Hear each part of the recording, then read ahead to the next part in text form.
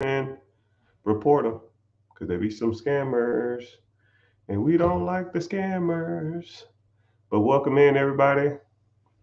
Welcome to the Rich Get Richard. I'm Mr. Richard. I was just talking to an individual about, there are so many people out here portraying to be other people, and it's just kind of annoying that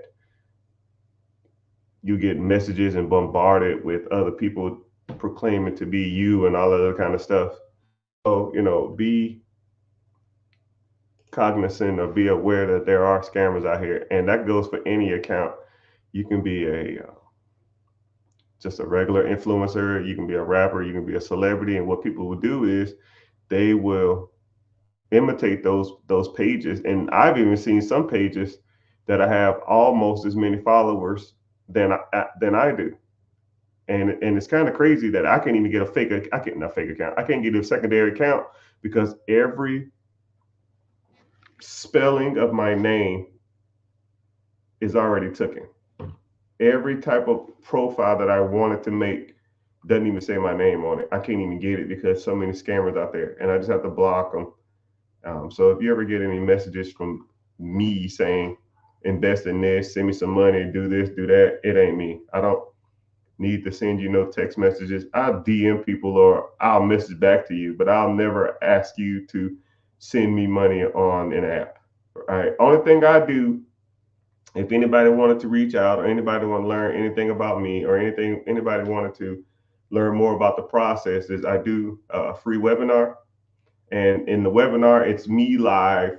I interact with you, and you can ask me whatever kind of questions you want if you're like serious about moving forward, or serious about doing any of this stuff. And that's the only thing I do, and I do it like that specifically for that reason. Because if I DM people, you can mistake and think it's me. I mean, there are some profiles out there of mine that has like hundreds of thousands of followers, and I'm just like, wow, man, this is crazy.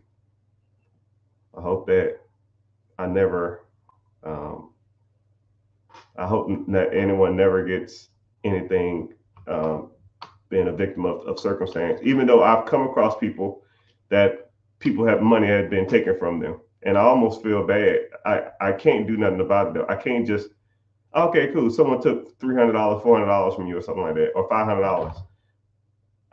Here, um, here's the money back, which I would happily do that. But then I'll run the risk in people just saying, "Hey, man, you sent me $500, and I sent you $500, and it was a fake account, and it was just someone just saying that." It almost reminded me of a story of I had a cousin, a little bitty cousin, and he said every time I was like 6, and he said, "Hey, you told me next time you see me, you was gonna give me $20." And I said, "I did." He said, "Yeah." So I said, "Okay, cool. Here you go. Here's $20." And then I see him again like a year and a half later, and he'll say, "Hey man, next time you said next time you see me, ask you for $20 because you owe me for something." I said, "I did." He said, "Yeah," and I gave him $20. And this kid was doing that shit for he literally was doing it for like 10 years. Every year I saw him because I didn't remember. And then the wife stepped in and was like, that kid tells you that you go give him $20 every time you see him, and you don't even think about it. You just give it to him. I said, yeah, because $20 ain't a lot of money to me, and I'm not trying to sit back and think about it. Maybe I did say it. So that little turd was getting $20 from me every year for 10 years, or damn near 15 years. Moral of the story is, if I said, yo, if you got ripped off from a scam artist, message me and I'll give you the money back. Then these scam artists would just message me and say, hey, I got ripped off by you.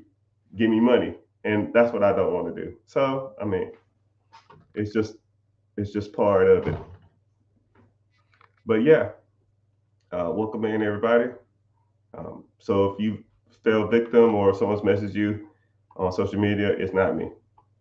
All right. Only thing I offer, like I said again, only thing I offer is the free webinar. Only reason I do the free webinar because you're interacting with me face to face. You can talk to me. You can ask whatever questions you want, and It's not somebody trying to sell you some crypto or some crap like that. But it's all good.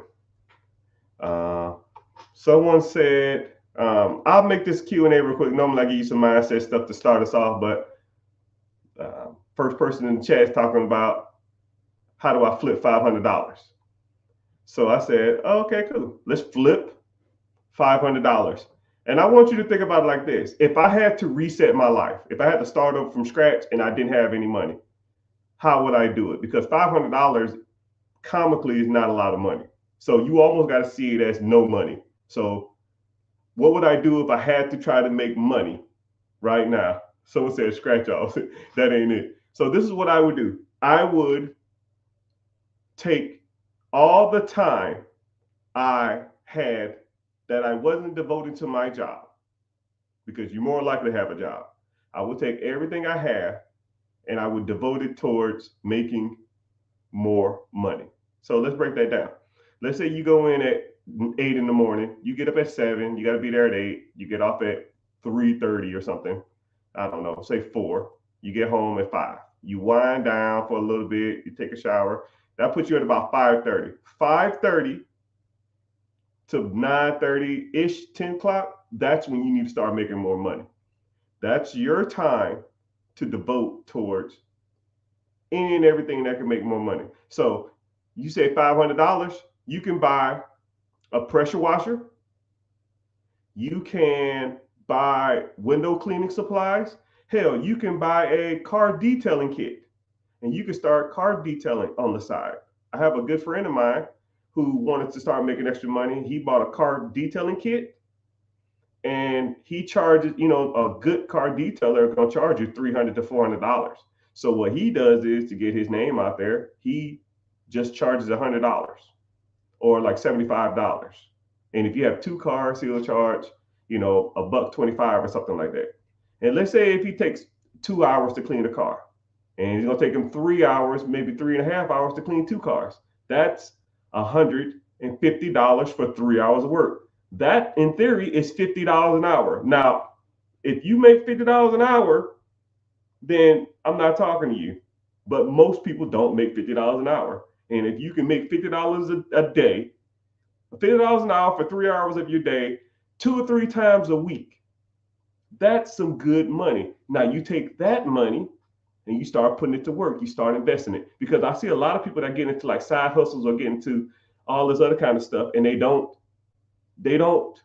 invest the hustle. And that's where a lot of people mess up. They start mowing grass. They'll start couch flipping. They'll start mobile detailing. They'll start mowing grass, or they'll start pressure washing. And then they'll take that money and go to the club, or they'll take that money and buy some jewelry, or they'll take that money and go out and go out to eat. No, you don't take money that you worked after work to live your life. Because what'll happen is, over time, you will become accustomed to making $300, $400 extra a week. You'll make $200 or $300, $400 extra a week, and then now your lifestyle will increase, and now you have to make that $300 or $400 a week just to survive. And you don't want to do that. You almost got to live like that money never happened. Take that extra money and invest it. So now let's put it in perspective. Let's say you make an extra $300, $400 a week on this hustle. $300 or $400 a week over, I'll put it at 350, right? 350 times 52 weeks. I'll take a couple weeks off. Maybe you weren't busy. So 48 weeks, that's an extra $16,000, $17,000. Let's say you put the $17,000 into a compounded interest account. That compound interest is going to pay you 10, 12, 14%-ish. Let's just say on the low end, it's 10%. So you make an extra $1,700 in this compound interest account. So now that account is at $18,500. Now we got some motion. Now we can make some traction. Now I can take the 18,000 and buy a whole pressure washing existing business. I can take the whole 18,000 and buy a landscaping company if that's what you were doing. I can start, if I was couch flipping, buying couches for dirt cheap, $100, $200, and then cleaning them up and selling them on Facebook Marketplace for $500, $600, $700, $800 plus delivery fee. Now I can do that. Now I can take the $18,000 and buy a truck and do more and bigger car projects, or buy some better equipment to do bigger yards or bigger whatever. So now, you know what I mean? That's really when you, and then you can start making track, or you can even do this. You can just take that 18,000, keep doing that. Let's get up to 20,000. Go to the bank. Then do what's called a portfolio loan. The portfolio loan will loan you 80% of that. So now that money's going to keep making 10% a year forever. You take out a loan of your money, they'll give you 80% of it. Now you take the $18,000 and now you buy something that's going to at least make you that money back and some. So that's just one way that you can do that. That's how you take $500, pretty much shit, and make it sugar, you know. But there's multiple different ways you can do that. There's multiple ways you can go about it. Hell, I didn't even talk about the credit route. Let's say you have not the best credit. You hire me and my team to repair your credit. You take the credit, your good credit, and now you go out and get you an LLC, S Corp, C Corp, sole proprietorship. You take that, and then now you go to the bank, and now you get funds from the bank, lines of credit, and I'll even give you examples of some. Right here, here's $30,000 right here. Here's $30,000 right here. Here's another 25,000. Right there. 25,000. Wow. 25,000. Wow. And I have multiple millions of dollars worth of funding. Multiple. Where we at? Multiple. I'm gonna try to do this fast because I want y'all damn scammers out there. Multiple millions of dollars worth, and that's not including the ones I have in the safe and or the ones I have on my person. You know, now you take that money and now you go out and buy you an existing landscaping company, an existing moving company, an existing pressure washing company, existing pool route company. You see what I'm saying? There's tons of ways you can do this type of stuff. I call myself the options man. My objective is to give you every option is humanly possible to do something. Now it's up to you to take those options and go ahead and get ahead. Now someone say, okay, 500 is cool. What about 50,000? All right, now we're cooking. $50,000. Hey, what's my slogan, everybody? $50,000. You're rich and don't even know it.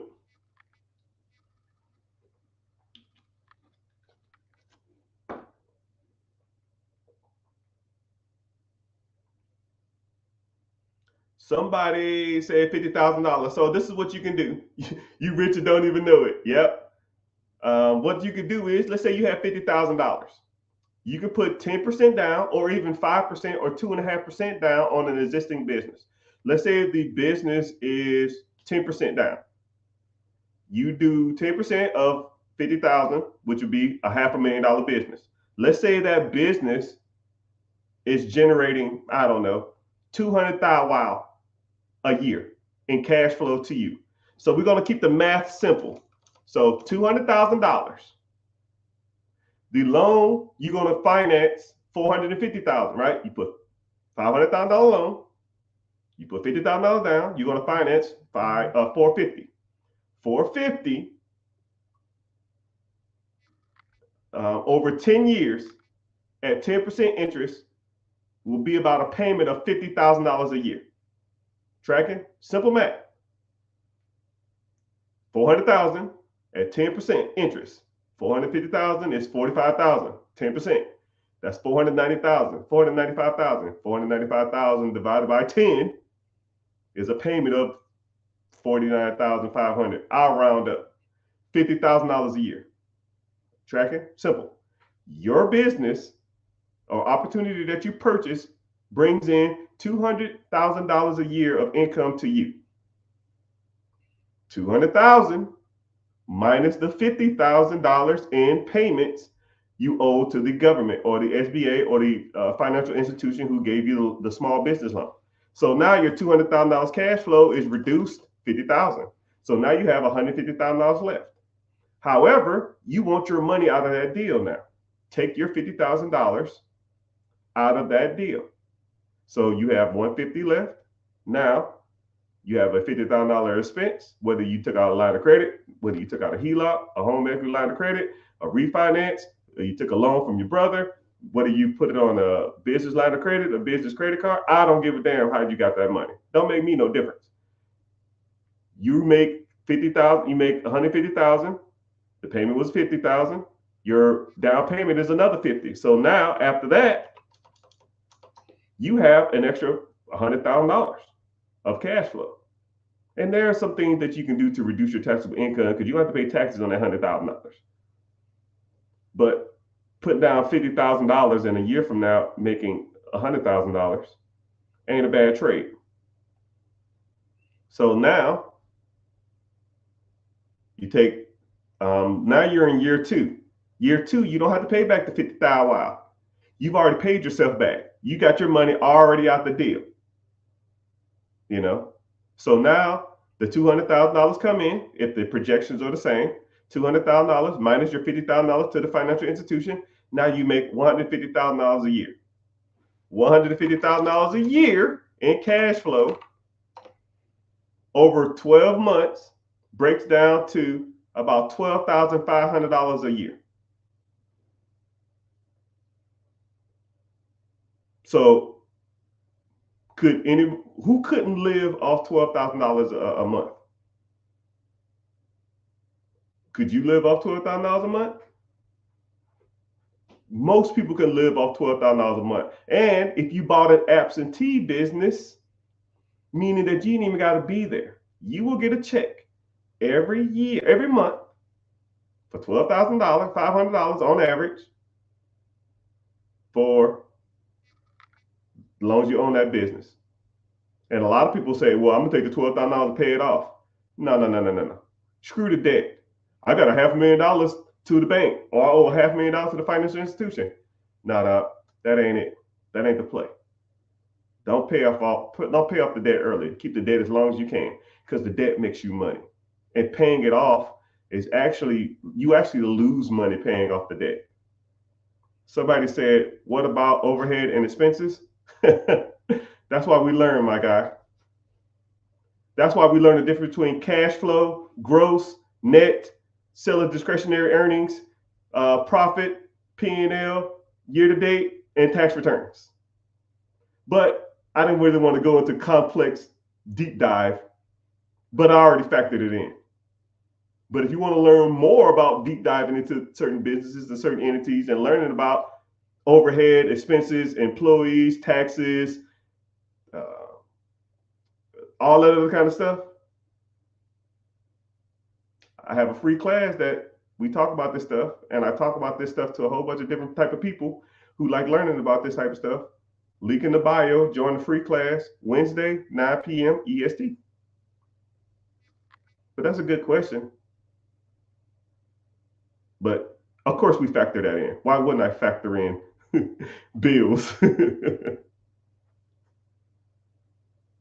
Someone said, where can I find these businesses for sale? I mean,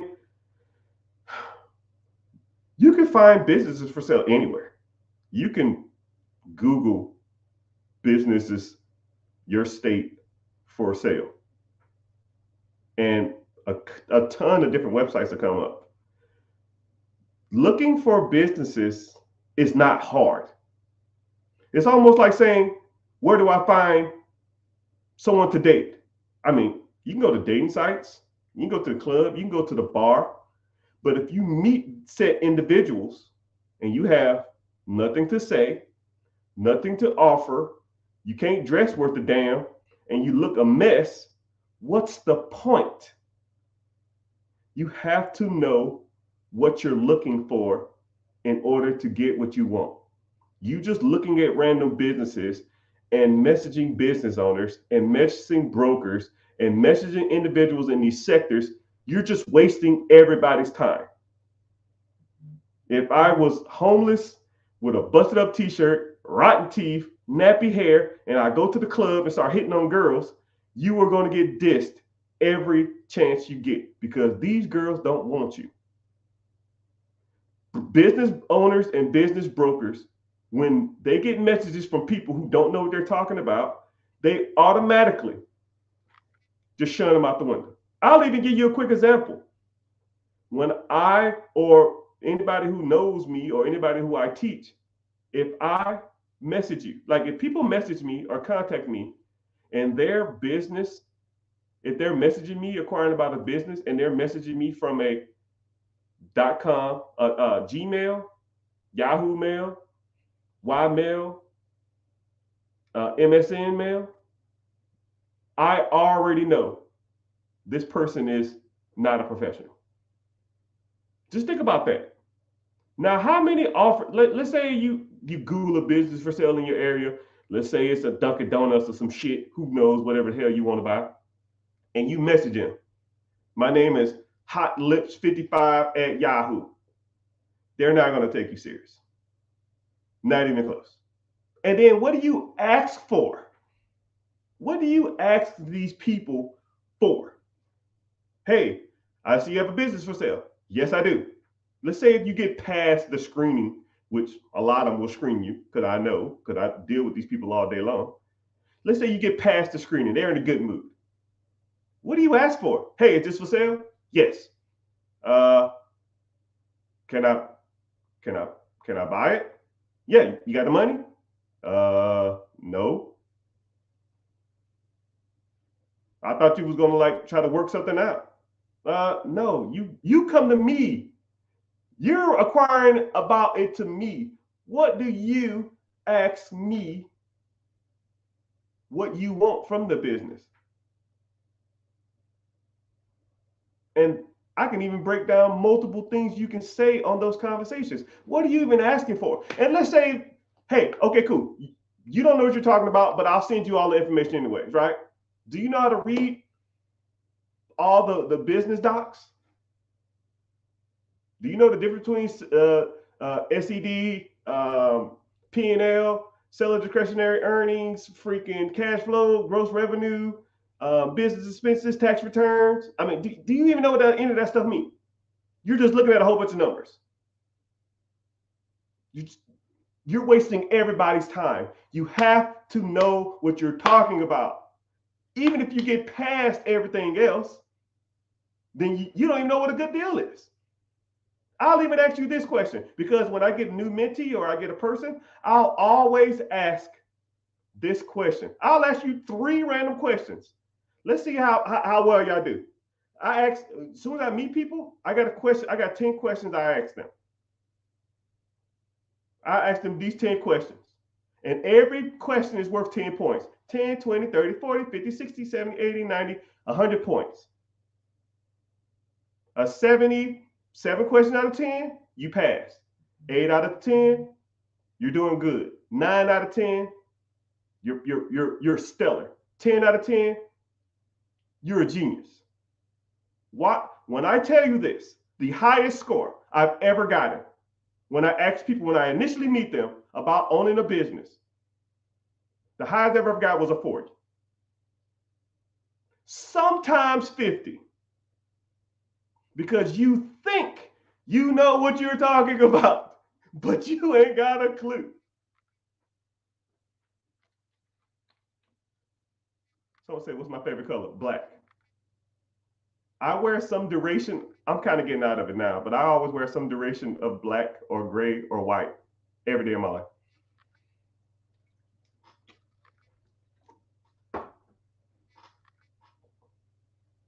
Focus, people. Focus. So I'll even do this. I'll ask y'all a question. I'll ask one of the questions I asked on the test.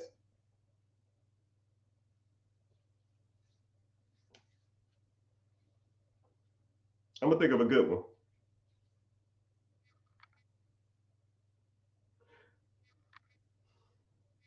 There's a business for sale. There's a business for sale. And the owner wants $1 million for the business. The business produces in cash flow to him $1 million. So the day you buy it, 1 year from then, you will have $1 million in your account. So if you bought it for $1 million and it produces $1 million cash flow, you break even. Money to your pocket. You buy it for $1 million, it makes $1 million. Okay? Super simple. The business has been open for 10 years. So he has a decent track record. However, he was doing some stuff under the table for a while, and now he wanted to go legit. So he started doing everything by the books. He's been doing everything by the books for about 2 years now. $1 million, running the business kind of under the table, wanted to go legit. 2 years legit. $1 million cash flow. Is this a good deal or a bad deal? And if so, why?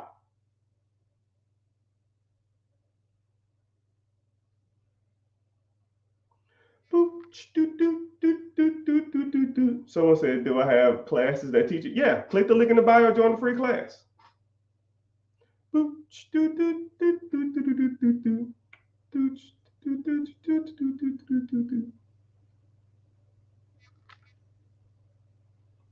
Bad, I need an accountant. Huh? He does have an accountant. He had an accountant for the last 2 years. Like I said, he's showing tax returns. He, accounts receivable, all that shit. Good. It's been open for 10 years now. Someone said 2 years not long enough. Yeah, he's been open for 10 years. Tax liability? Huh? What? I don't know what that means. It looks like a number fudge. Yeah, he's been going legit for 2 years. The last 2 years, he has tax returns. He has everything squared away. You took the tax, he took all the money and he bank records, tax returns, accountants, lawyers. We're good.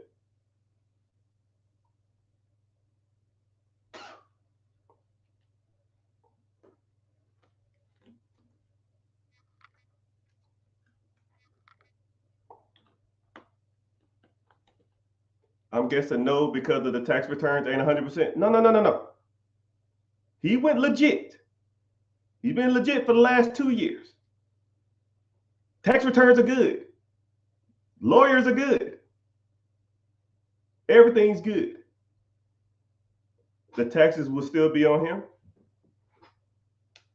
Huh? I don't know what that means.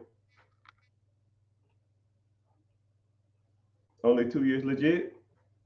Some people say good. Some people say bad.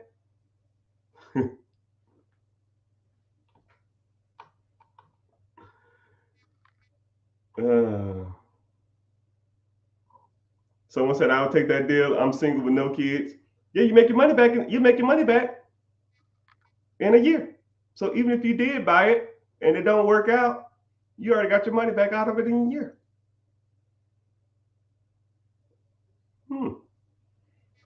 Those type of things that you should know, people. Some people say good, some people say bad. Who knows? I know. I'll give you another one real quick. Let's say there's a business and it's $1 million. And the cash flow is, to you, the owner, is $250,000.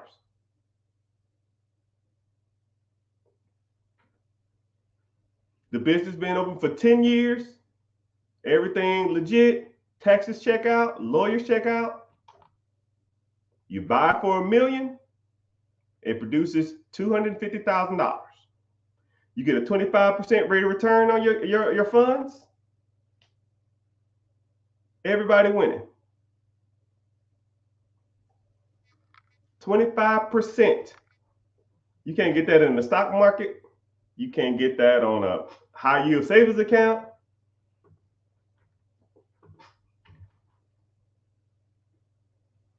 You can't. Someone said due diligence. Let's say the due diligence is good. Everything's good. Everything's legit. Lawyer's good. Finances are good. You got an accountant. The account's good. It's been open for 10 years. The reason why they're selling is because they're old and want to move out the country and retire. It's all gravy. And know what's crazy about it is the reasons that y'all say yes or no is not the reasons y'all should say yes or no. It's kind of crazy how that works. It's like it's either y'all talking yourself into it or talking yourself out of it, but for not the reasons that you should be talking yourself into it or out of it. It's just crazy. No, he said 4 years. So in 5 years, you recoup your investment and cash flow positive afterwards. Yeah, in theory.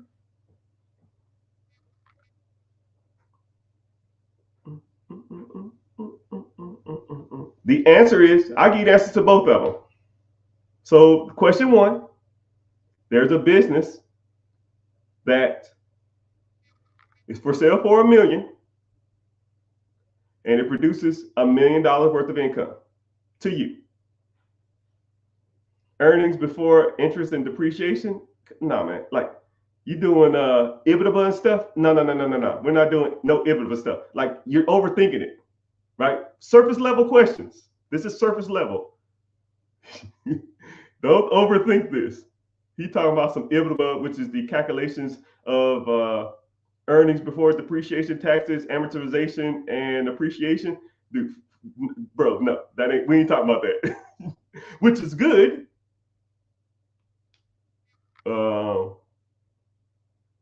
But generally you don't factor in EBITDA on business's cash flow because everybody's EBITDA is the same, is different.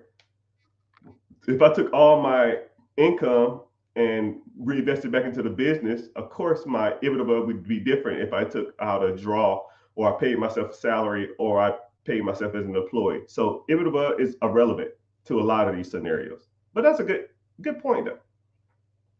So first question, $1 million cash flow, $1 million business. You bring a $1 million business that bring in $1 million. He been doing good. The business been open for 10 years, but he was going legit because he was just doing stuff under the table, wasn't professional. He went legit 2 years. Still said he made $1 million. Lawyer's good, income's good, tax returns good, all of it's good. Good or bad deal? Survey says bad deal. So, question 2.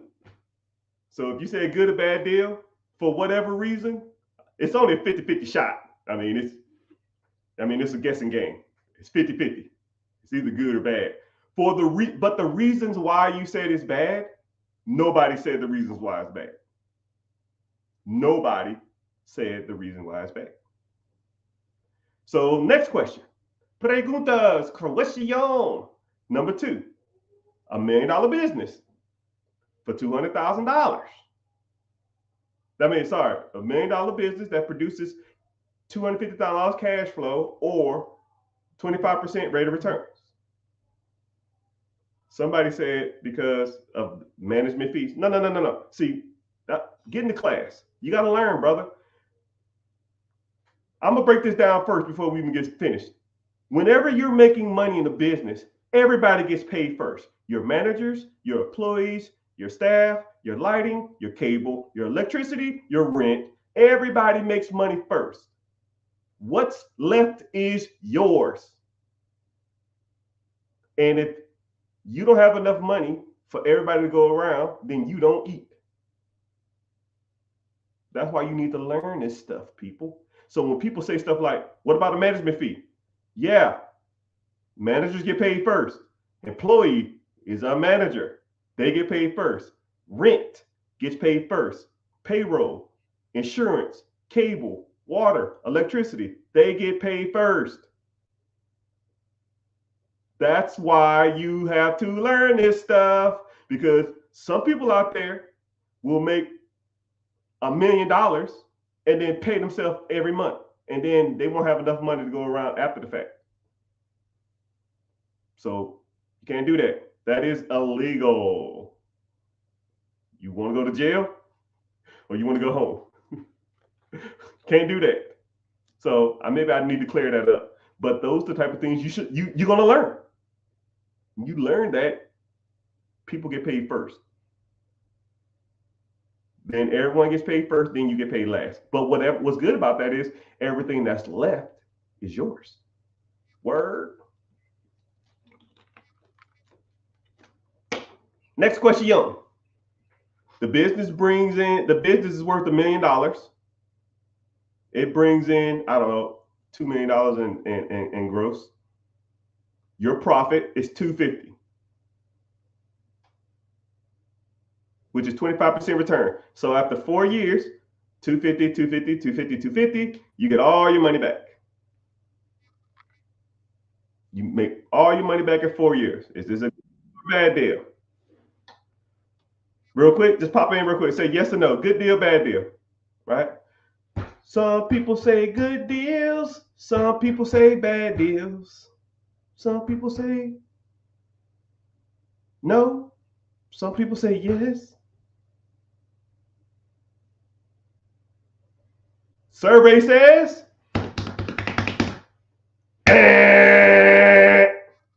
bad deal.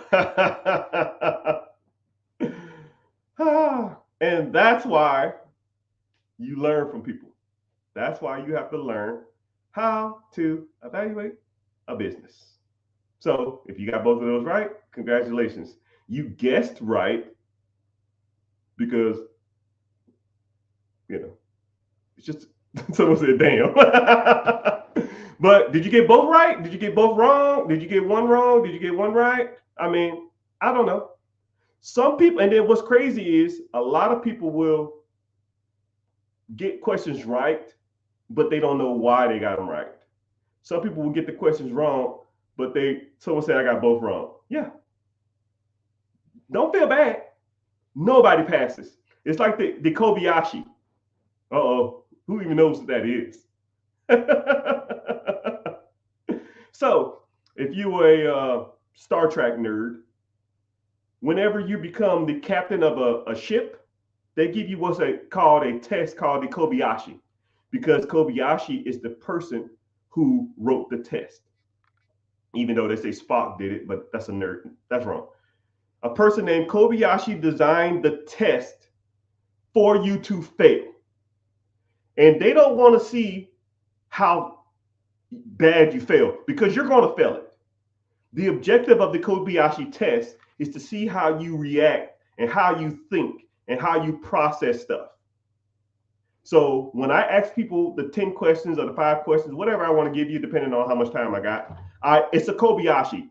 You're not going to win. Nobody wins. The moral of the story is it's for you to see how you react and how you look at certain things, because you don't know the answer. Because it took me years to learn the answers. And you're not going to just wing the Kobayashi. You're not just going to wing knowing how to properly evaluate a business. It's just don't work. It doesn't work like that. You have to learn certain skills. You have to learn how that stuff works. You know? Somebody said, "Hey man, I'm bested. I gotta know why I missed the first question." So the first, I'll even kind of break this down a little bit. I really don't go into deep dive and stuff like that, but I'll kind of break down the first one a little bit too. So whenever you're evaluating a business, legitimacy when getting loans will make or break you. Because if you're going to get a loan from a financial institution or you're getting a loan from the government, they don't give a shit how long you've been in business. They don't give a shit how long you've been making money, because they're looking at how long you've been legit. So if you haven't been legit long enough for us to get a good track record of your history of the business, then it's not a good enough business for them. Now, on paper, because $1 million of income versus $1 million asking price is 100% rate of return, that's good. That's great money. But to a financial institution, they don't like that for multiple reasons, which I'm not going to get into on this. Multiple reasons I can break down. Multiple reasons. And, I'm not saying I would or wouldn't.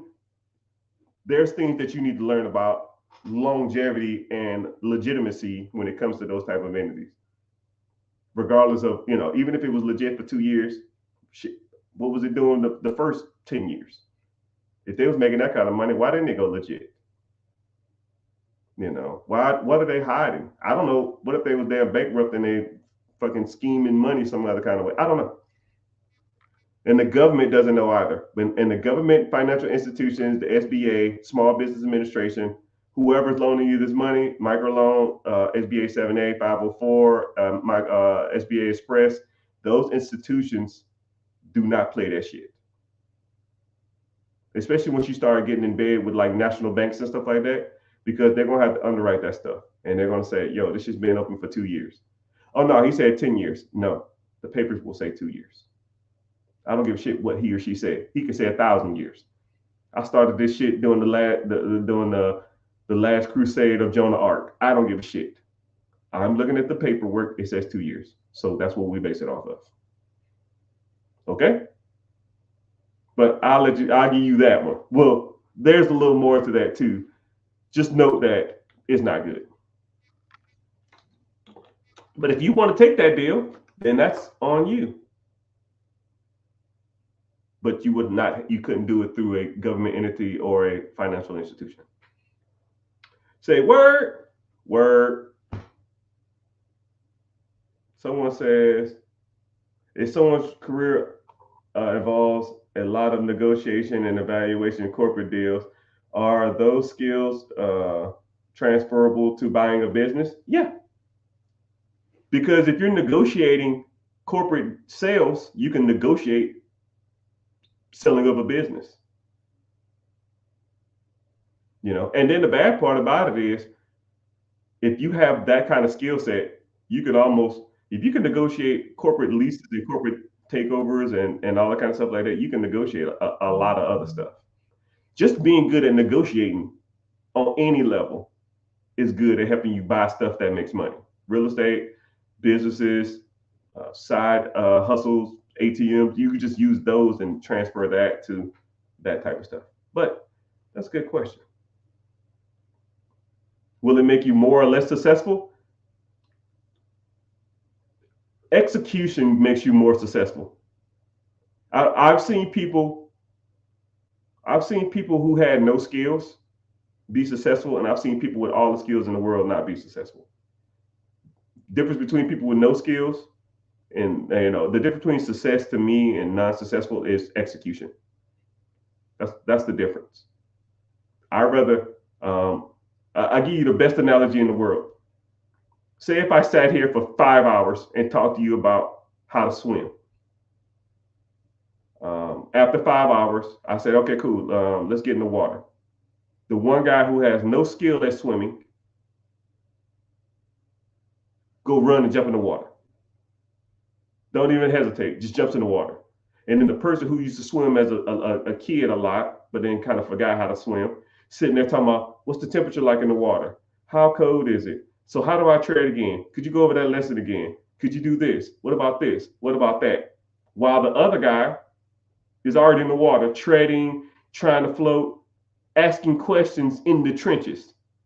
Now, both of them might learn how to swim, but the person who ran and jumped in that water will figure out how to swim faster than the person who's sitting on the sideline asking about swimming. So that's where the rubber hits the road. People who execute in life are typically more successful than people who don't, regardless of their experience, regardless of their know-how, regardless of their other successes. To me, it don't really make a difference. I'd rather take somebody who's a gunslinger who can't shoot worth a damn than someone who's a marksman shooter who never pull the trigger.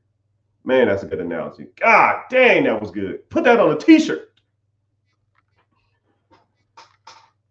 Someone said, question, what makes you take the leap to start your own business? Hating working for people. um, Me personally, I would go to work and I would see, one thing about me and my job is I was in the military, 21, 22 years of however long I was in. You would meet or hang out with the same 20, 30, 40 people every day, right? It ain't like a regular job. You would, when you go to a regular job, maybe, you'll get certain people that you hang around with all the time. But in the military, you literally are forced to hang around with different types of people. Um, and you're forced to hang around whites, blacks, Mexican, Puerto Ricans, guys, girls, trans, tall, short, educated, non-educated, hood, country, mountain boys, southern boys, surfer boys, and you just get a big conglomerate of different types of people.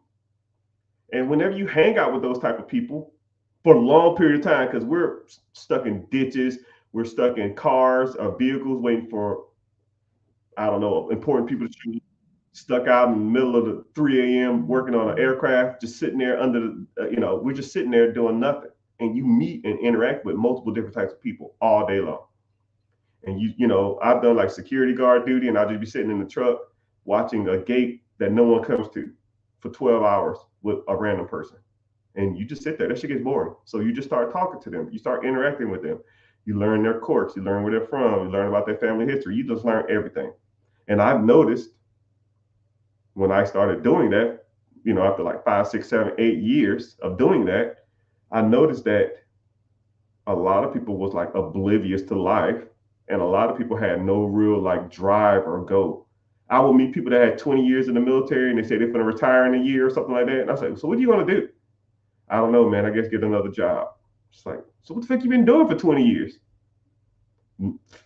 No degrees, no other hobbies or anything that other skills that can make them money. So I saw that it was a dead end, just constantly focusing on military all the time. So I took a step back from the military, which some people in my career hated me for it, and some people respected me for it because I can't rely on the government for the rest of my life. And then I see these people who had no ambition, no goals, no fortitude for the future, just be stagnant in their lives. And I told myself, I can't be like this. I got to start learning how to make some real money because this ain't it. This is not it. So that's when I started looking at different avenues on how to make more money. That's when I started to think outside the box. And then I started thinking to myself, if I'm working $20 an hour for 8 hours a day, how much money could I maximize? Even if I work at 24 hours a day, there's only three of me. I only can work 3 jobs max. But let's say if I had a property or I had a business that was doing, say if I made $50,000 a year, if I had a business that was making $100,000 a year, well, shit, that's double of me. Even if I was working 40 hours, it still was worth it. So I can own this business, work 5 hours a week, and make twice as much. It almost, when I put it in that perspective, I don't know why everybody doesn't do it. If I owned a business that I worked 5 hours a week and it made $100,000 to me, how many businesses could I have? Let's say if I had 5 other ones and it's making me $100,000 a piece. That's 25 hours a week, which is still less than the 40-hour week you work, and that's not including traffic. So now I'm making $500,000 a year for 25 hours a week of work, while you're making $50,000 a year for 50 hours a week of work, including commuting and getting ready and stuff like that. When you start thinking about it like that,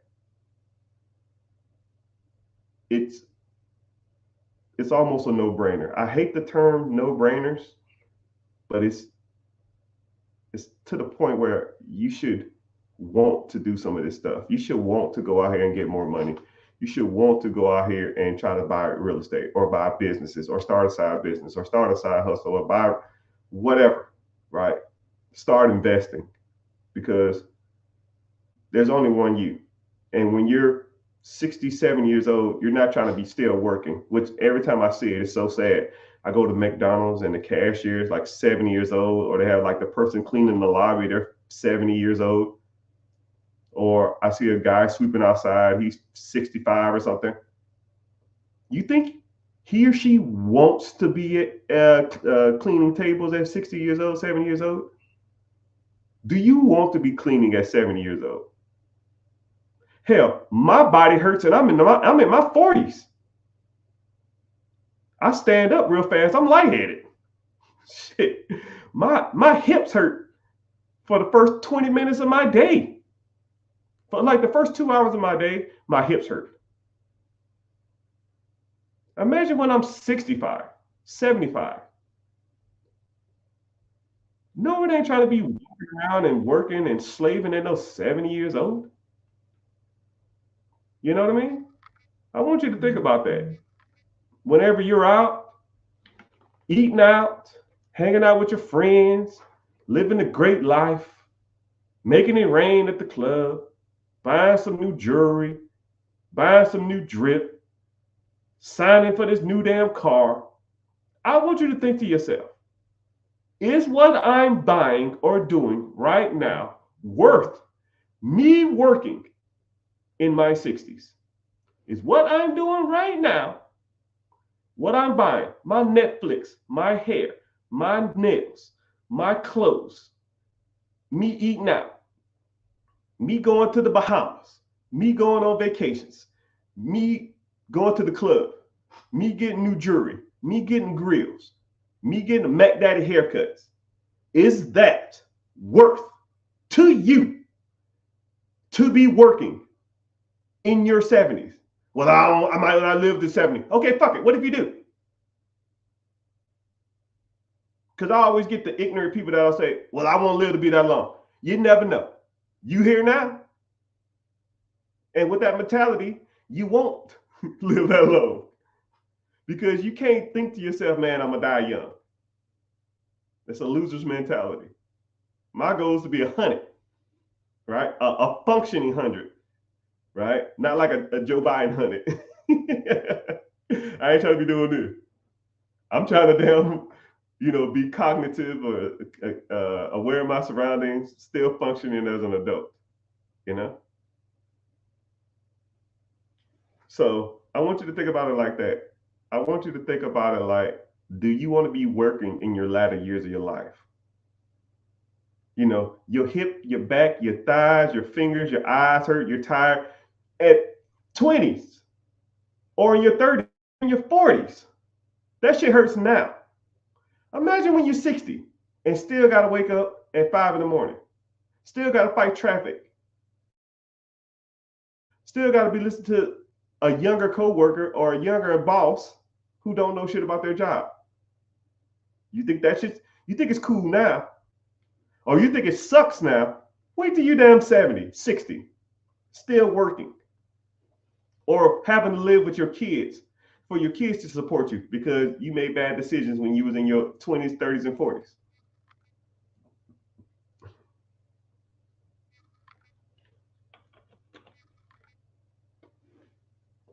That's some real shit for you. And I'll always see people in the comments on videos of mine. I'll always see people in my lives that'll say dumbass shit like, well, it's my life. I want to live my life. That's your opinion. Live your life. Have fun. But when you're old as hell and got two niggas to rub together, still grinding, still struggling, and all you had to do was make a couple of tweaks in this time, you're now. I don't give a fuck about what happened in the past. I don't give a damn what you bought. I don't give a damn what you got. I don't give a damn about none of it. We're here now. What are you going to do now for tomorrow? Man, Mr. Richard, that's cool and all, but I need this Hellcat. You have fun. Hope doing donuts in the middle of the damn parking lot, put it on social media is worth you struggling for the fucking rest of your life. I hope you have a fucking blast. Have fun. Because you will not have fun in your later years of life. You will be working and struggling the rest of your life. You will be that individual cleaning the parking lot at 70 years old. Because you want to chase damn Hellcats or chase grills or chase Gucci or chase freaking Jordans. Or chase the club or chase vacations. A fucking vacation. A vacation is worth you working and struggling the rest of your life. And then people say, this is what really bothers me when people say shit like this. This is one of the good ones. Well, I don't want to be old and have my money because I can't enjoy it when I'm old. Who the fuck old around here? I'm old? I'm old to you. I'm old. I'm still functioning. I'm old.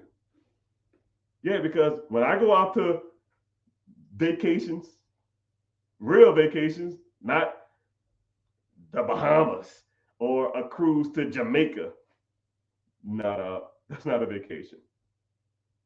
Riding damn donkeys in a villa in Italy while being fed crepes and wine, that's a vacation. Going to Bora Bora, digging a hole, throwing a pig in there and covering it up with leaves while I get initiated into their culture while they rub a little smoke on my face and eating this prepared meal overlooking the ocean. That's a vacation. Not a cruise.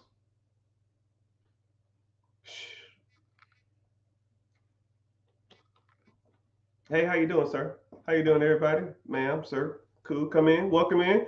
Join. Let me know where y'all from. And if you're new here, just say what's up. I appreciate it. We're streaming on all social media platforms. Facebook, YouTube, Twitter, Twitch, X, Instagram. I appreciate y'all for being here. TikTok. But excuse me, if you find value in this type of stuff, if you just want to change, if you're just tired of the monotonous day-to-day nuances that we've all been through, and you know, it was kind of crazy though. Somebody DM'd me and said, I'm oblivious. And you know, it's kind of crazy how people message me and they think they know what they're talking about. But they say stuff like, you're stuck in the matrix. How? I'm self-employed, I own multiple companies, I own multiple pieces of property, and I work for myself. And I probably comically work 2 to 3 hours a day. Sounds like you're stuck in the matrix, my God. All right. I answer to nobody. I can literally tell every person in the world to fuck off. Now, if you can't do that, I wouldn't, but I can. I think I'm kind of a nicer, genuine person. I try not to be like disrespectful to people. And anytime I meet people, I'll always be respectful towards them. But you know, if I don't want to be somewhere, I don't have to be. If I don't want to go somewhere, I don't have to go. If I wanted to do something, I go do it. You talking about breaking the matrix?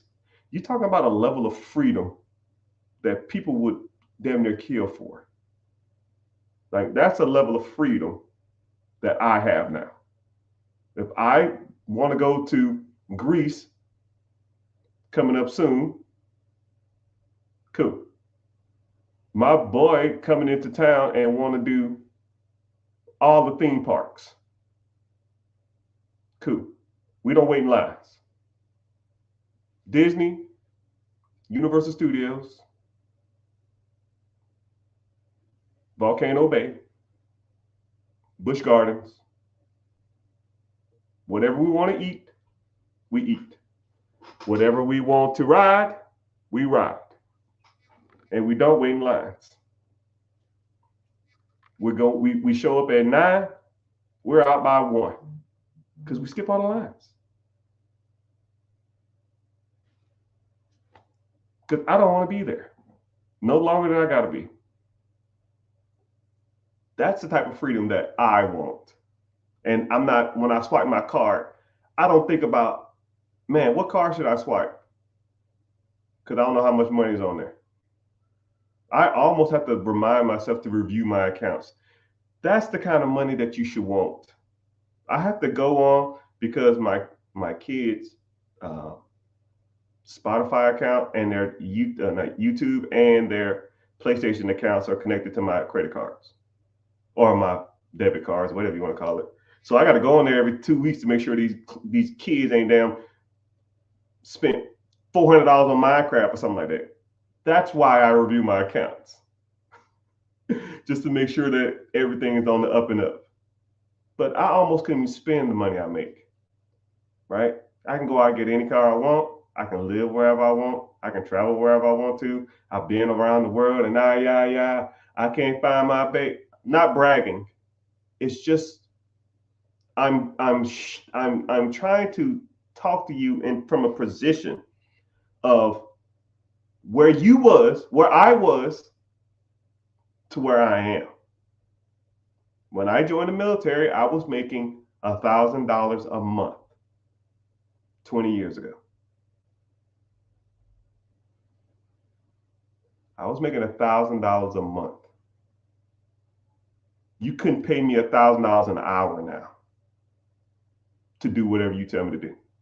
You couldn't pay me $1,000 an hour to go get a job. It ain't worth it. You couldn't pay me $1,000 to wake up early. I want you to think about that. Thank you for the gifts. You couldn't pay me $1,000 an hour to get out of my bed early and go answer to somebody else. It ain't worth it. And you have to start believing it here and believe it here before you believe it here. You got to start going into work and thinking to yourself, you're better than this. You're bigger than this.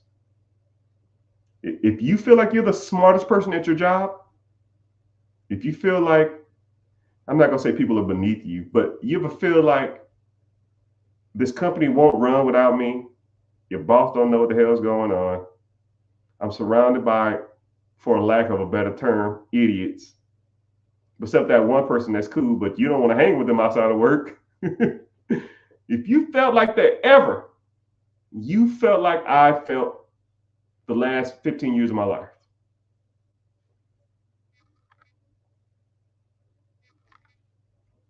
But I had to do my time. I had to put in the work. I had to do the grunt work. I worked my 9 to 5, and then after my 9 to 5, I did my 5 to 9. I evaluated real estate.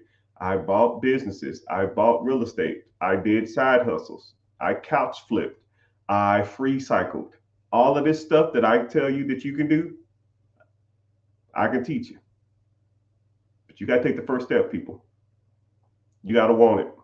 You got to commit here and commit here. And what's crazy is, though, is that I'll meet people that'll want to do something, and then they'll do it, and then they'll just revert back to wherever they was doing. Or they'll say, yeah, I'm ready to sign up. I'm ready to do stuff. 3 days later, oh, man, I can't. Cool. That's fine. No sweat off my back. I already got mine. I'm here for y'all because my objective, if you choose to accept it, is to be the number one financial, money, content creator, coach there is out there. That's my goal. Because a lot of these people out here don't know what they're talking about, and it's trash. It's not good. It's not productive. It's borderline scammy, or it's unachievable, and or it's just it only benefits the people that do it. You know, it only benefits the person who's selling you something. But I'm not like that. I put y'all on game maybe an hour, 2 hours, damn near every day.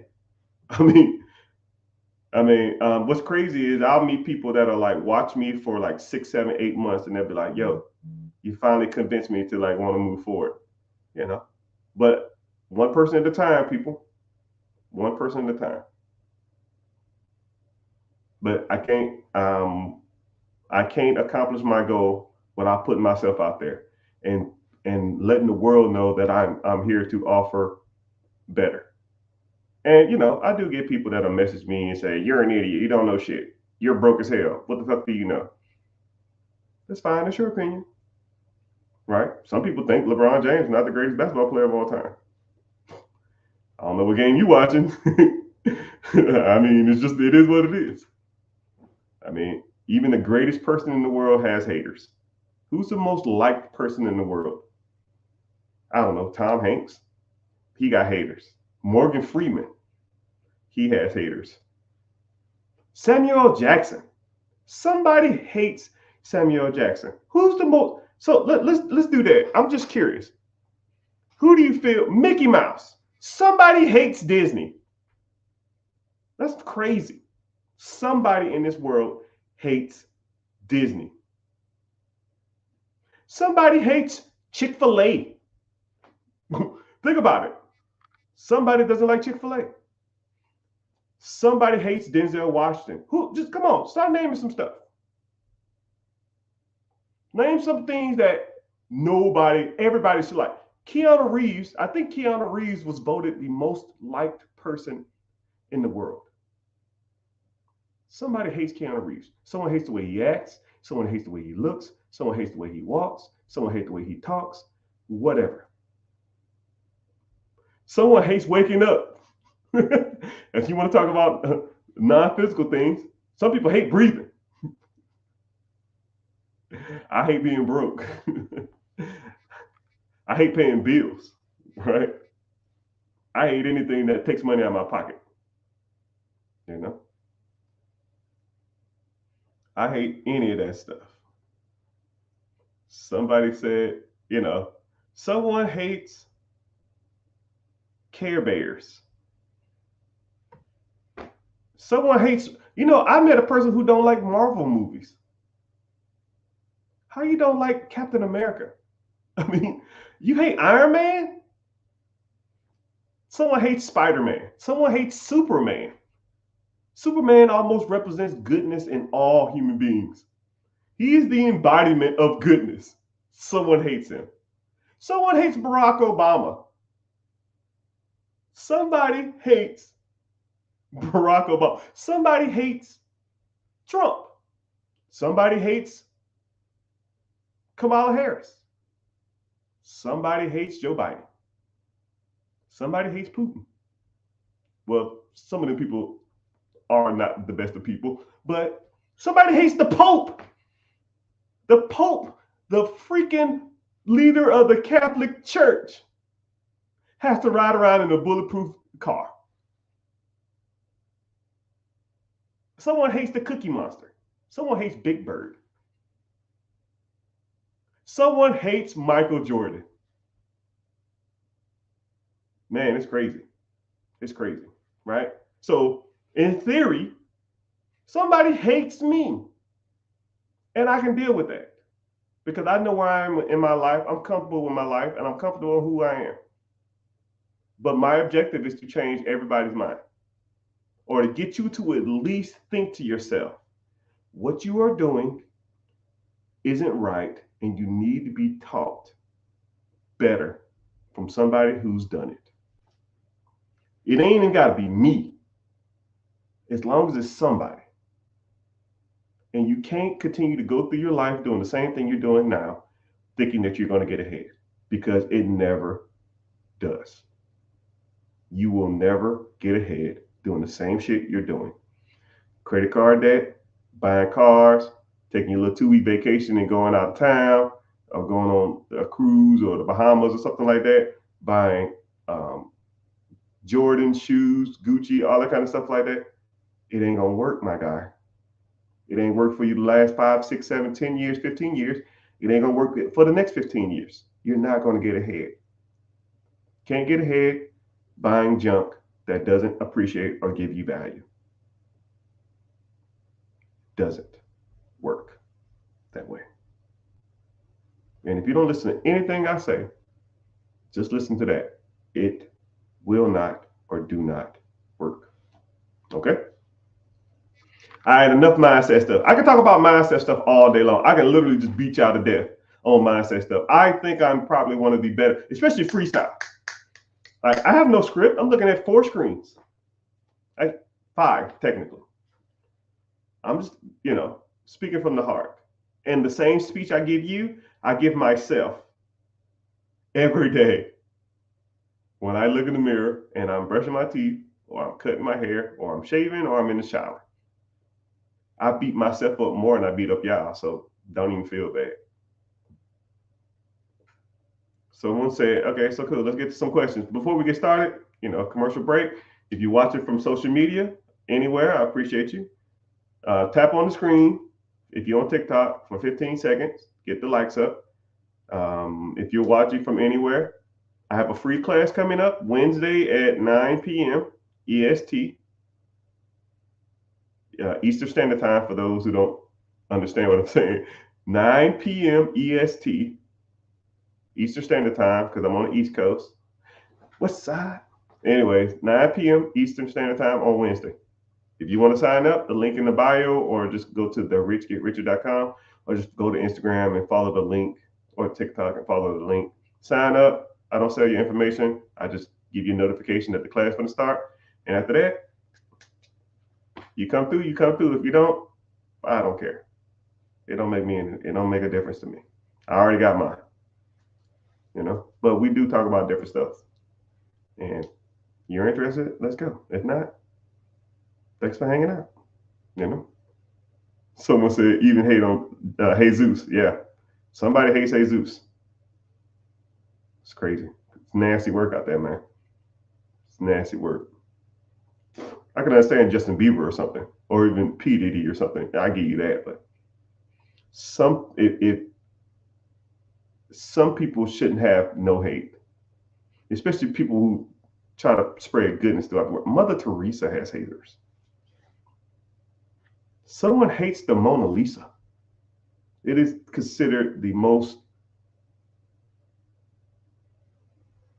prestige, or the most prestigious artwork of all time. Just some people just hate on stuff. I will hate on the Mona Lisa. It is small as hell. I thought it was going to be big. That shit's not big at all. It's no bigger than this.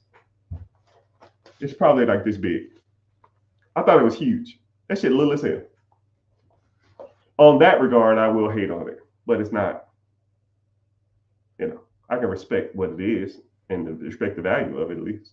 It's not that big. What was your first property? Was your first property a multifamily? No. My first property was a 4-bedroom, 2-bath. I used a VA loan. I put 0% down. My PITA, property taxes, interest, and insurance, was 9.25%. It actually was like 9.27. I just tell people 9.25 when they ask, because it's just easier to remember. 9.25. I had 3 roommates. I charged them $500 a piece. 500, 500, 500. That's 15 hondos. 15 hondos minus my 9.25. I profited $1,500 a month. You're thinking, wow, if you charge $1,500 for 3 roommates, $1,500 minus $925, your profit was only $575.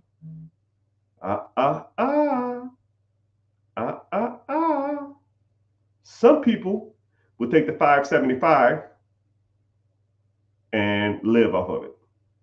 Clubs, shoes, cars, dumb shit. Next level of people would take the 575 and invest it. I guess. Sure. I was living there, so I paid my rent or my mortgage like I was living by myself. I took the whole $1,500 I was making and I invested that.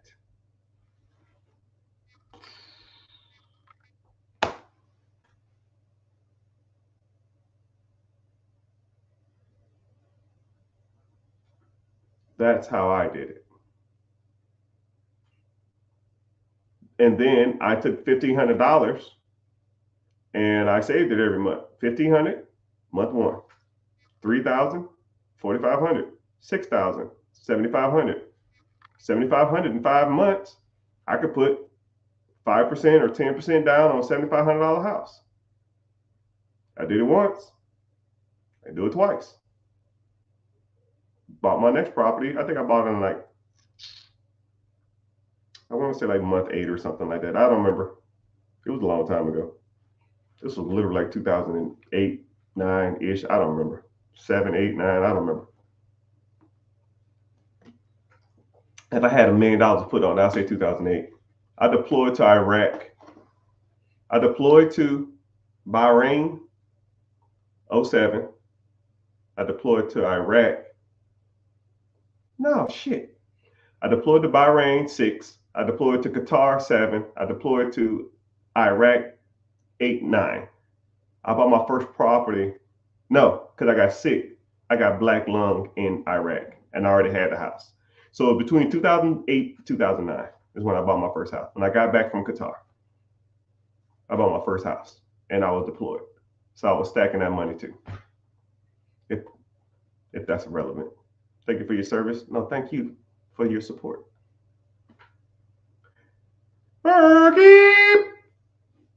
And then when I got back, I think that's what it was. Yeah, that's what it was. I deployed, had that property. When I got back, I bought my second property. And then I bought my third and fourth. And then I bought, I think my fourth or fifth one is when I hit my first home run. It was a guy who was getting a divorce, and his wife and him was doing a short sale. He didn't have any money. The house was going to get foreclosed on. They wanted $40,000 for it. I offered them $35,000.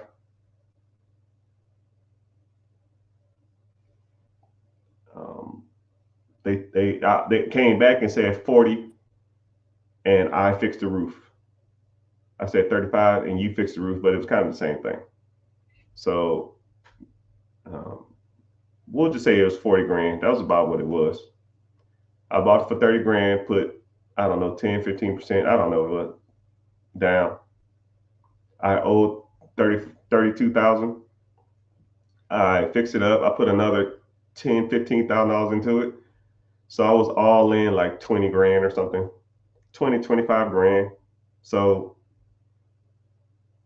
32,000 minus your 20 grand. I had 50 into it. I sold that shit for, I think like 145. I got a check for like 90 something $1,000. Not 89, I think it was like 90,000 and some change. And I said, oh yeah, I can do this. That was my first, like, I call them home runs because it's more money.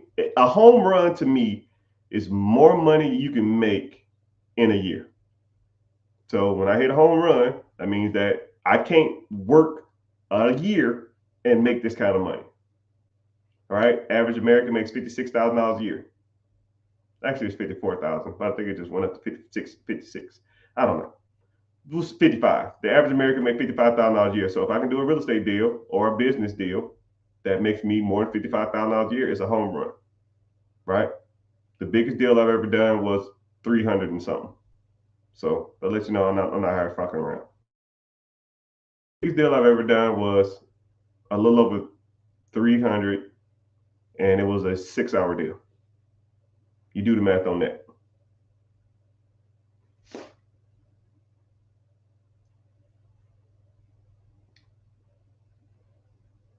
And what was crazy about it is the individual called me and said, "Yeah, I've been reaching out to a ton of people and nobody want to do this deal." I said, "Well, why don't one want to do it?" They said they're just scared. They don't want to deal with it. And I said, "Well, break it down for me." I kind of walk you through this one a little bit, and then um, he had a piece of property that had a whole bunch of trailers on it. I think I talk about this a lot. He had a whole bunch of trailers on it, and the trailers was condemned. And then I said, let me go take a look at it. So I go look at it. It was like 6 trailers, but the trailers was AFU, all up, right? I would walk through the trailers. You would fall through the floor. It was like a homeless person living in one. And I was like, well, I see why no one I want to deal with this. And then I just stepped back and I used my brain for more than a hat rack. And I just started looking around and I was like, where are we? And it was like, we're in XYZ. And I was like, and I just started looking at where all these trailers was. And then when I was driving to the trailers, I just saw new construction, new house, new construction, new house. And I said, the money is not the trailers. The money is the land. So I got a surveyor out there. He said, if you put a new house on this, you could subdivide the lots. You could put 8 houses on this lot. I said, well, what are lots going for nowadays?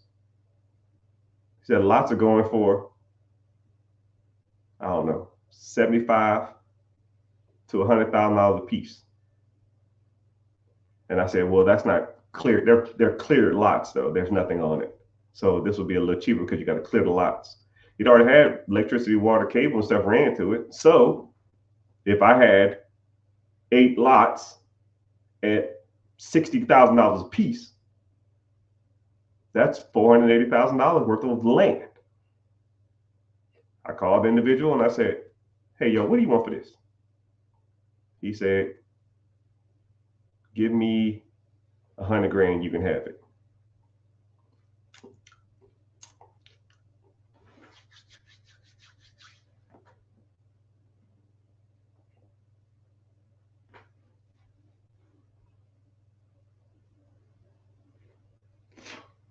I don't do land deals, but I did that one.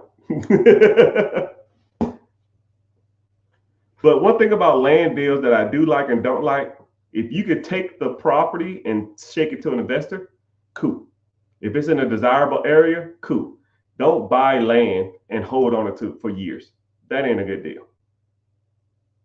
You know, that's not a deal. Now you can buy land and sell it. You know, you can buy a land or a piece of lot that's extremely valuable in an area that a lot of people are building houses. You might got something, but you got to get it at a deal. But a lot of times, this was almost the height of real estate too. Like this was like in the 2022, 2021, 2023, when everything was just like, it was just, interest rates was cheap. There was a lot of money out there and I knew I can shake it soon. Now I wouldn't probably do it. I wouldn't do it. I probably wouldn't do it now because people are sitting on land, people sitting on stuff like that now. So that's what I want to do. Hey, thanks for watching on Facebook. I see you.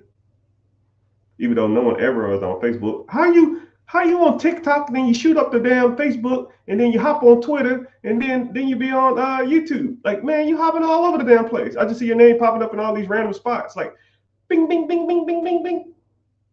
It's all good. But gotcha, bro. Oh my goodness. You all over the place. Man, I'm wanting your attention. Okay, you got it. Which question you got? I'm looking at your profile specifically. Someone said, will the current economy be messed up due to everything that's going on?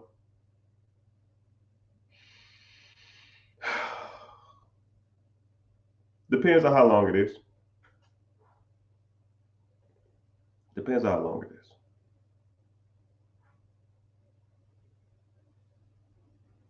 Yeah. Ask the question. I'm looking at you. I see you. Ask your question. But I'm gonna tell you something too. Someone talk about current events. Like I can appreciate current events, but current events don't move me. I've succeeded or lived through multiple presidents. I've lived through pandemics. I've made money through recessions. I've made money through down markets. I've done, doing all of it. Those events don't, I don't factor those in. I personally don't care what's going on in the world. The market is going to go up, the market's going to go down. Houses go up, houses go down. Interest rates go up, interest rates go down. What am I going to do today to make money? And when I buy something today, is it making money today? Now, if it ain't making money in the future, then I will adjust. But I don't adjust according to what they did in the past. I don't adjust according to what they're going to do in the future. I don't care. I'm adjusting to what they're doing right now. What are interest rates now? What am I making now? What is my cash flow now? And if one day it's not making cash flow, then I will adjust. But I've already generally made enough money to compensate for whatever mistake is going on in the world, or going on in the private sector, or going on in the stock market, or going on in the feds, or going on in the administration. I've already made enough money for my deal to be profitable. And we all take L's. We all take L's. The only difference is some people take L's, they sit, bitch, complain about it, and think about and play the victim. Some of us take L's, learn from it, move on, and press. I was reading this one article that Jay-Z said, yo, man, I just did this one deal and I lost $10 million. So he said, it is what it is. Take the L, learn from it, and keep pressing. That has no factor on what I'm going to do. No pity parties here, right?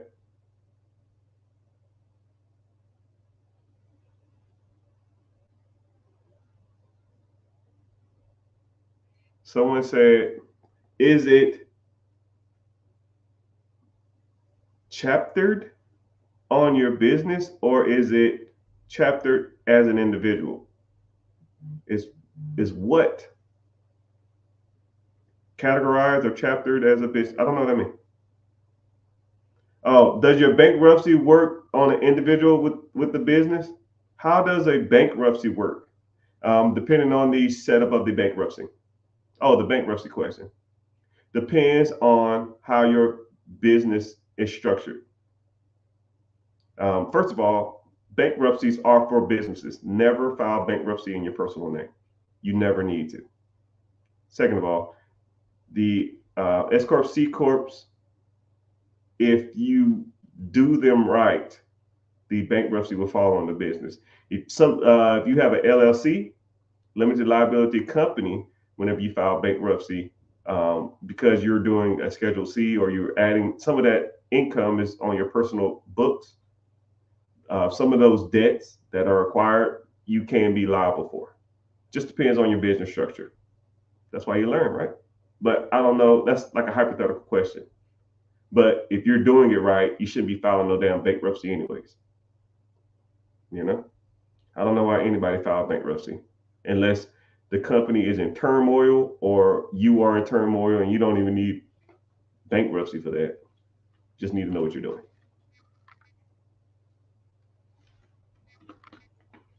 Do you put your rental properties under an LLC?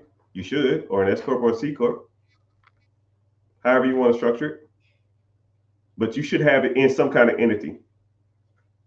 Some kind of entity. And if you want to get into the bigger boy stuff, I say initially you can start with an LLC, but when you start getting a decent amount of properties, you need to start bumping that stuff up, man.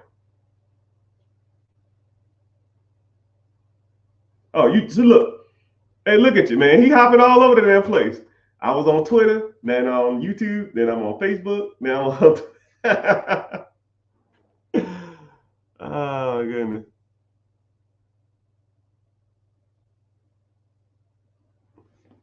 Someone said I've just been waiting to buy a company, but I just want the property. I'm dealing with an individual now, and what they're trying to do is they're trying to find the perfect deal. And I said to them, a perfect deal almost don't exist. And I'll give you a great analogy. I'll use dating as an example. Let's say if you found a spouse or a girlfriend or a boyfriend or whatever, and they had 75 to 80% of everything you want in a partner. 75 to 80%. I'll even say 75% because I'm going to put on a little edge. You found a partner, you met them, and 75% of the stuff you loved, but 25% of the stuff you didn't like. Is that a good person you want to date? Would you take that chance? Or are you holding out for that 100%? Because that 100% is going to be really hard to find. 100% of anything is going to be a hard pill to swallow for anybody. Okay? If you want to move forward in a relationship, if you want companionship, if you want a relationship, if you want marriage, then you're going to have to make some sacrifices. I can tell you everything there is about owning a business. I can tell you everything there is about owning real estate. I can tell you everything about owning ATMs. I can tell you everything about storage. I can tell you all that shit in the world. Now, if you want the perfect location, you want the perfect business, you want the perfect hours, you want the perfect amount of money, you want the perfect owner financing deal, you want nothing is perfect. Some things you're going to have to compromise with. Nothing is perfect. I'm not perfect as a husband. My wife is not perfect as a wife. Well, if she's listening, yeah, she's a perfect date. But but the difference between perfection and working with what you got to get to where you want. If I was looking for perfection, then I wouldn't be married.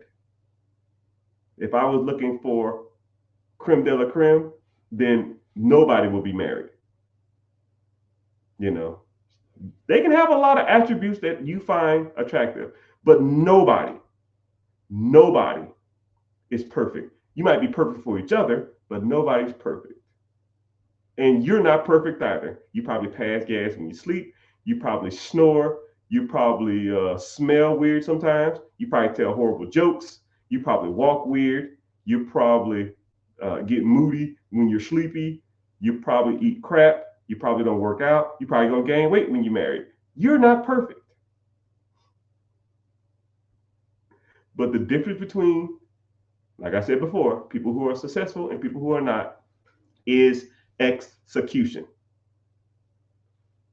Getting married and making it work is better than never being married at all. Because anybody can tell you how to date and anybody can tell you how to be married, but nobody can tell me how to be married until they've been married. And nobody can tell me about owning a business until you own a business.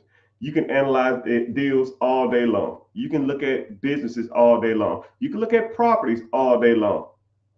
Best analogy in the world. Everybody knows how to fight until they get punched in the face. Everybody knows how to swim or teach someone how to swim until they get their ass in the water.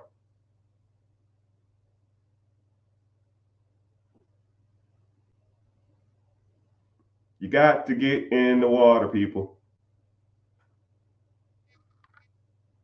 How much do you consider FU money to you? To me, it's kind of simple if you kind of think about it. FU money is the amount of money you need to make not to have to answer anybody. And it has to be reoccurring. It's not a set amount. So a lot of people say, oh, $1 million, $2 million. You're looking at it weird, people. Never look at a specific amount of money as FU money. It's an amount of cash flow that reoccurs that you don't have to do anything for or very little work to do. Let's say if you're making, let's say if you need $5,000 a month at your job, right? That's $60,000 a year. Let's say you bought a business and the business brought in $70,000 a year.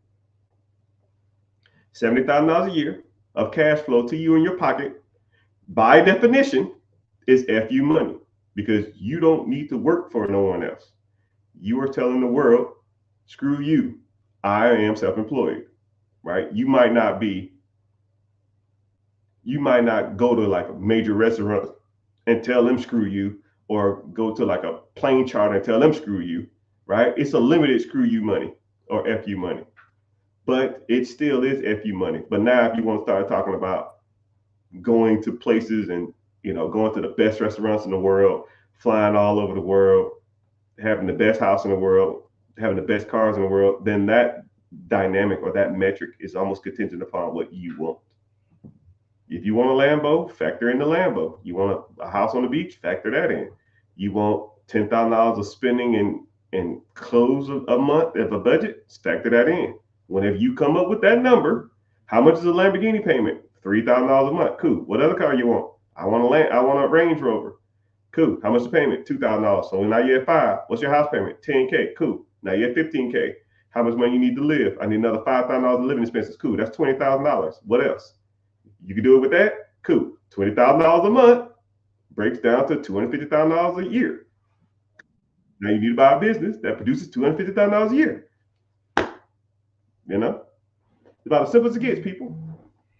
But I hope you find value in this.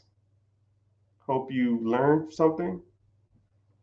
I hope you, gain some kind of knowledge or understanding of what it takes to get ahead in life. And you need to start focusing on what's stopping you from getting ahead. I don't know if it's money, capital, know-how, fear. You got to start associating with and start hanging around individuals who are doing this on a higher level. Now, I'm offering my hand out. If you want to learn, I'll teach you, but you got to want it. If you want to learn more, click the link in the bio, join the free class. I do it, it's Wednesday, 9 p.m. EST. So 9 Eastern Standard Time. So if you're in California, it'll be like 6 o'clock Mountain Time, 7 p.m. on Wednesday. If you're in Central, I think it's 8 p.m. I'm off. I don't even know the time zones, but I know it's Mountain, Central, Eastern, and specific times. No, Eastern, Western, Mountain, Central. That's it. I know, but I don't know the difference. I get the two in the middle. I think Mountain because I think of like the Colorado mountains. I don't know if that's right though. So Mountain, Central is in the middle. Central is like Texas. So they're 1 hour behind. So 8 o'clock East Coast would be 6. But yeah, if you're interested in learning more, click the link in the bio, join the free class. And if so, I'll see you there. Ask me all the questions you want and we can just go from there. If not, it's okay. Until then, I'll be the Zane.